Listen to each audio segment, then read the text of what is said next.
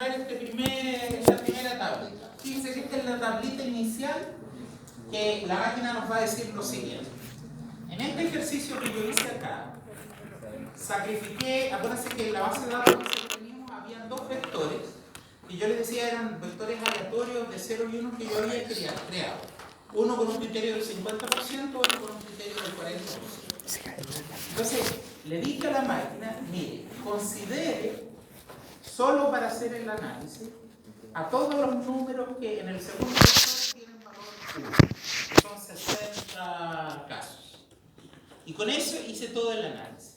Y los otros 40 casos restantes los voy a usar para la validación al final del ejercicio. ¿Ya? Entonces, llevándolo eso a su tarea, ustedes generaron una muestra de cerca del 25%. Entonces, la mayoría está trabajando entre 100 y 115 datos. Pero resulta que su muestra tiene como 300 datos más.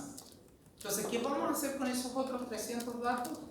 Los vamos a usar para hacer predicción outsample. Y cuando calculen sus modelos discriminantes, vamos a usar esa otra parte de la muestra, la que no fue seleccionada, para hacer la validación. ¿Ya? Y de esa forma vamos a usar todos los datos. Y vamos a poder ver si nuestros modelos son buenos o malos.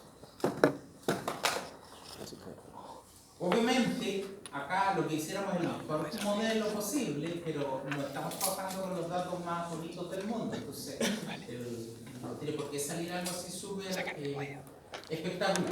Entonces, lo primero que van a necesitar mirar es esto. Entonces, les insisto, acá nos va a decir cuántos casos completos tenemos, y la misma máquina nos va a decir, si optamos por esta opción, nos va a decir cuánto es lo que está reservando para efectos de la validación.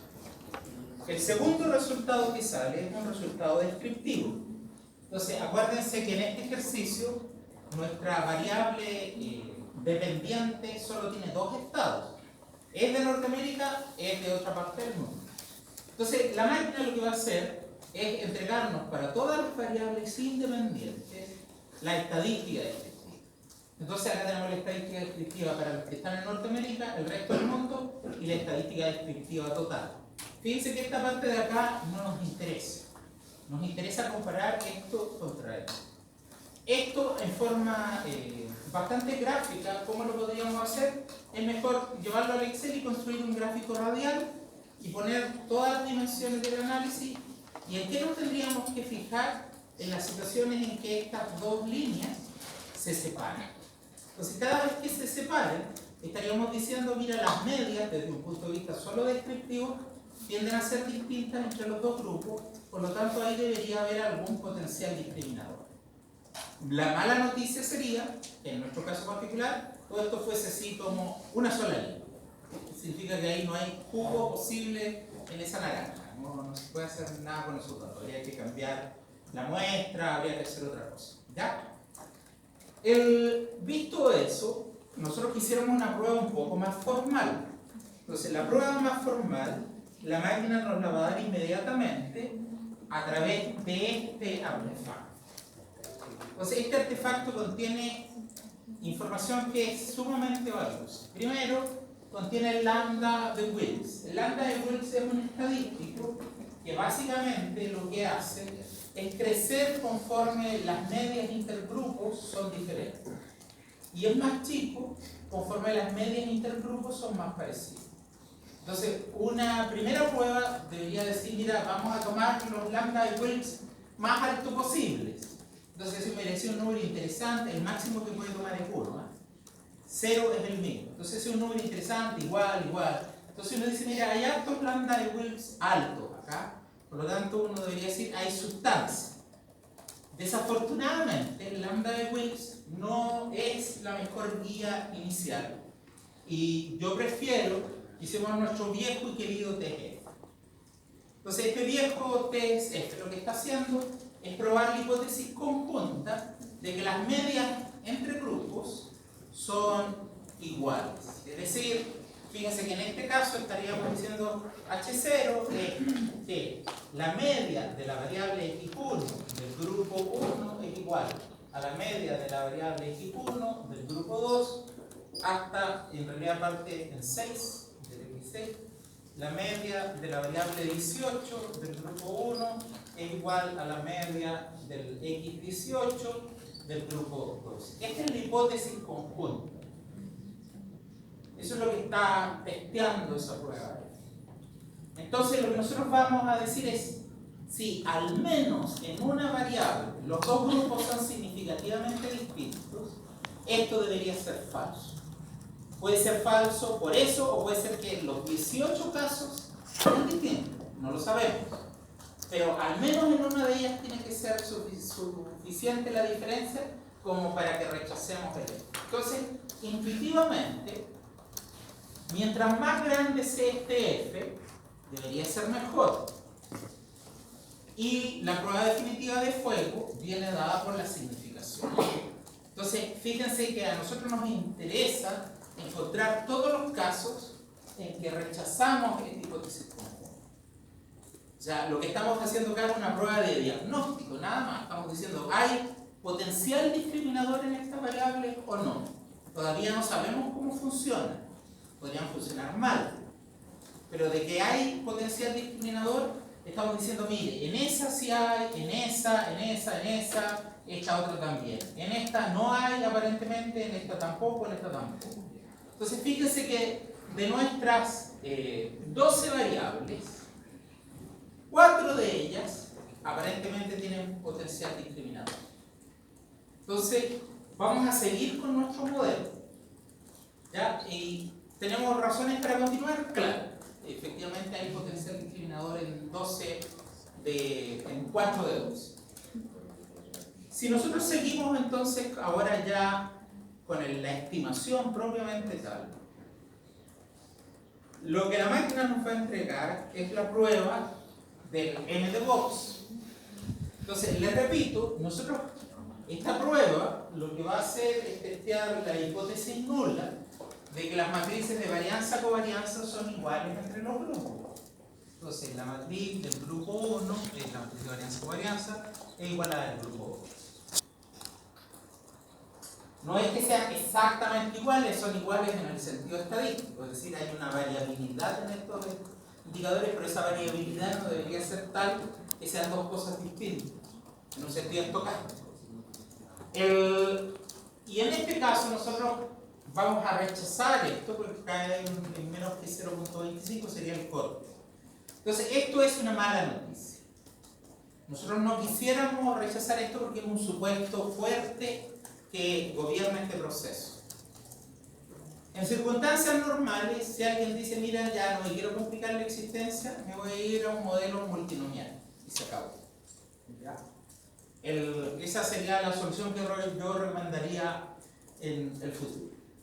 Por ahora, nosotros lo que vamos a decir es, mire, señor usuario, le advierto que está incumpliéndose este supuesto y que podría ocasionar problemas. Esto puede ocasionar problemas en dos sentidos.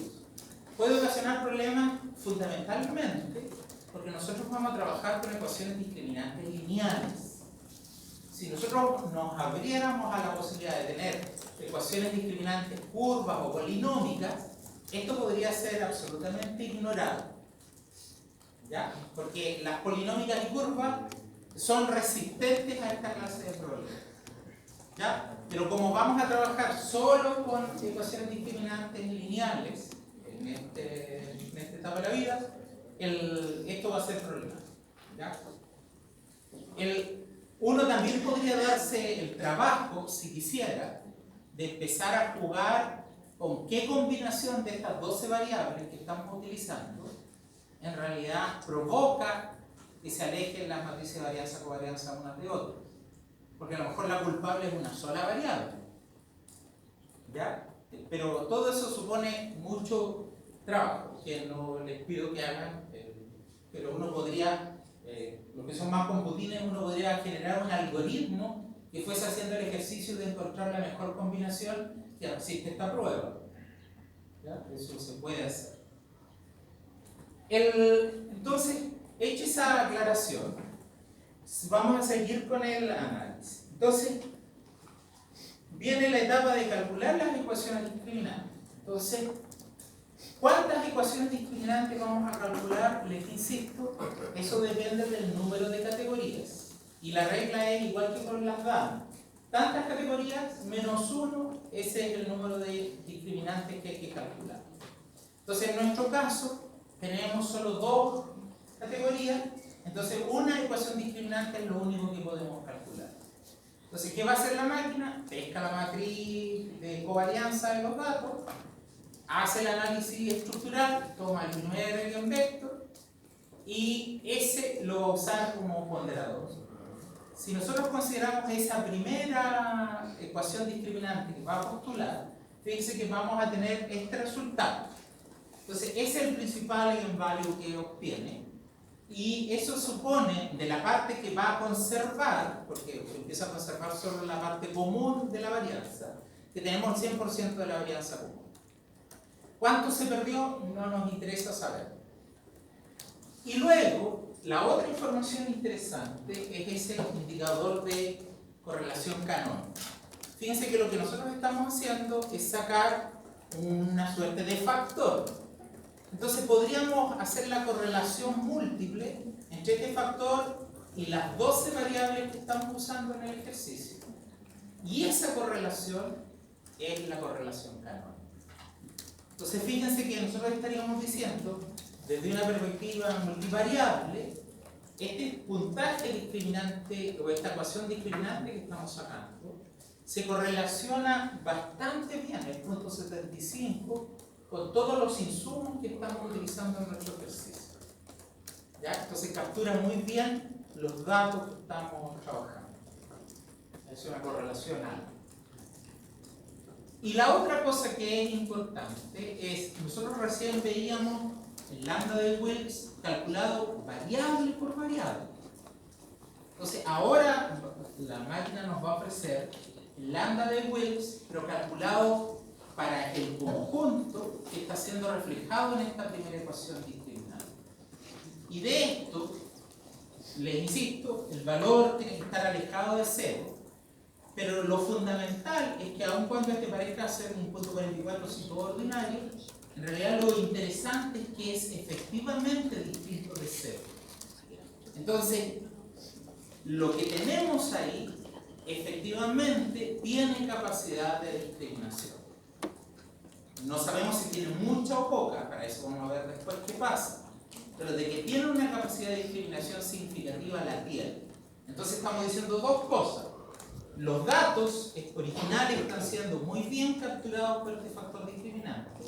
Y segundo, este factor discriminante sí tiene capacidad estadística para separar aquella variable que a nosotros nos interesa separar, la discriminación. Sería la variable de grupo. Entonces, esta función discriminante significa que está funcionando. ¿Ya? Y nos vamos a quedar con ella para continuar el análisis. Yo tengo entonces mi función discriminante y ahora lo que quiero saber es, tenía 12 variables originales que están siendo compactadas en esta función discriminante. De estas 12 variables originales, yo dije 4 de ellas aparentemente tienen desde un punto de vista descriptivo potencial discriminador y por lo tanto deberían ser interesantes de observar. Entonces, ¿cuántas en realidad se quedaron en nuestro modelo discriminante? Se van a quedar todas, pero algunas de ellas son más importantes. Entonces la máquina nos va a ofrecer esto que se llama el modelo canónico estandarizado. Entonces lo que nos está diciendo es, si yo estandarizo todos los coeficientes, porque acuérdense que la ecuación discriminante es una ecuación lineal, si yo hiciera todo esto con variables estandarizadas, lo que estaría diciendo es cuál es la participación que tienen estas variables, que son las más importantes de acuerdo al modelo calculado, en la ecuación discriminante. Es decir, fíjense, de las 12 que teníamos, dijimos hay 8 que son más o menos inútiles y 4 más o menos interesantes. Y de esas 4 interesantes, al final del día, solo 3 están siendo verdaderamente consideradas para el cálculo discriminante. Entonces, como estos son coeficientes estandarizados, están libres del problema de la escala. Por lo tanto, nosotros podemos tomarlos directamente y decir, mire, esto en realidad es más importante, eso es menos importante y eso es menos importante. Entonces, si yo dijera cuál de las tres está aportando más, en este caso a la función de discriminación, esta es más alta. Estas dos aportan en forma positiva y la otra aporta en forma negativa. Entonces, desde este punto de vista, fíjense que lo que estamos diciendo es que en esta ecuación única que tenemos discriminante, podemos establecer una jerarquía de variables. Y esto lo vamos a poder hacer siempre. Entonces, por ejemplo, si tenemos un problema con 6 categorías y tenemos suficientes datos, vamos a poder calcular 6 ecuaciones discriminantes. Y dentro de cada ecuación discriminante, nosotros vamos a poder ir clasificando qué rol juegan las variables de interés. Y de esa manera vamos a poder tener una imagen de cómo se comporta una variable dentro del total del problema de clasificación. ¿Ya? Lo único que va a empezar a aparecer como una matriz. Vamos a tener muchas ecuaciones discriminantes y las variables como filas. Y eso se parece, si ustedes se fijan, bastante a lo que teníamos cuando interpretábamos las tablas rotadas de los factoriales. ¿Ya? Exactamente la misma idea. Entonces, de esta manera, nosotros diríamos, mira, ya sabemos qué pasó con nuestro problema. Si yo quisiera saber cómo se ordenan las 12 variables que inicialmente usamos en nuestro ejercicio, para eso le tengo que pedir a la máquina que me dé lo que se llama la matriz de estructura. Entonces, fíjense que la matriz de estructura, la máquina lo que va a hacer es ordenar todas las variables que usó, pero de acuerdo a cómo están participando en la función. Entonces, estas de acá son las más importantes y estas de acá son las menos importantes. ¿Ya? Estos coeficientes se acercan a 0 y por lo tanto no son interesantes. Desde un punto de vista estadístico, estos numeritos van a corresponder a el equivalente a las cargas factoriales. Es decir, son las correlaciones de Pearson entre el puntaje discriminante y las variables. Entonces, esto quiere decir que la variable x13, x17, x11 y la x7 tienen una correlación fuerte, en este caso es inversa, pero fuerte, con el puntaje discriminante. Mientras que la x15, la x18 y estas de acá tienen una correlación muy baja. Entonces nos ayudan al ejercicio discriminatorio. Si supongamos, en este caso la lista es razonable, pero supongamos que yo tuviera una lista muy grande, un criterio razonable es decir, mire, todo lo que pesa menos de 0.3 o tiene una correlación debajo de 0.3, en realidad ni siquiera lo vamos a mirar. ¿Ya? 0.3 en absoluto. Entonces fíjense que eso nos eliminaría desde acá hacia abajo. No lo pescaría. Entonces, esa es una forma de ver. Entonces, para ver cómo participan las variables en la ecuación discriminadora, tenemos que ver la matriz de estructura. Ese es el punto. Y es la matriz de estructura entonces la que nosotros tenemos que interpretar. Entonces, si yo les dijera, esta función discriminante, ¿con qué tiene que ver? Entonces, fíjense que básicamente tiene que ver con que los precios sean competitivos y con que la práctica de precios de la compañía sea flexible. Y tiene que ver en forma inversa con la extensión de la línea de productos. Entonces, básicamente, si tuviéramos que nosotros decir con qué criterio comercial tiene que ver en realidad la capacidad de discriminación, tiene que ver con políticas de precio. Esa es la cosa que está importando a estas empresas que son nuestras empresas privadas. Tiene que ver con nuestras prácticas y políticas de precio. Todo lo demás es música desde este punto de vista. ¿Ya? Entonces, hecho eso, una vez que nosotros clarificamos eso, podríamos volver a tomar esta ecuación discriminante canónica, que recién la habíamos visto estandarizada, ahora la vamos a ver en valores crudos, sin estandarizar. Entonces, fíjense que esta ecuación que tenemos es parecido a los coeficientes que obtendríamos de una regresión, pero están estandarizados, esos son los betas estimados, ¿ya? Es lo que estábamos conversando recién. Yo estoy mal, sí. Avanzado. Esta es la que ando buscando. Entonces, fíjense, acá lo que tengo es como lo mismo de recién, pero puesto como una ecuación lineal. Ya acá no están los betas estandarizados, estos son los betas propiamente tal, que son sensibles a la escala de medición, pero con las variables las tenemos en escalas de medición distintas o no. Entonces, fíjense que para calcular el puntaje discriminante, la máquina debería tomar estos coeficientes y ponderar el valor de las respuestas de cada empresa en estas variables, y de esa forma sale el puntaje discriminante. Entonces, cuando a la máquina nosotros le apretamos el botón, dígame cuál es el puntaje discriminante de cada persona o de cada observación, esto es lo que la máquina está haciendo. ¿Ya? ¿Ya? Entonces, fíjense que otra cosa que nosotros deberíamos hacer, una vez que yo ya tengo el puntaje discriminante para cada persona, la máquina además la va a clasificar en un grupo. Me va a decir a qué grupo la clasificaría. Entonces, ahora viene el problema de interpretar esto que estamos obteniendo. Entonces, para hacer eso, le vamos a pedir a la máquina primero que nos dé los centroides. Entonces, fíjense que esto se relaciona con la siguiente idea. El espacio o la función discriminante que nosotros tenemos acá es una sola.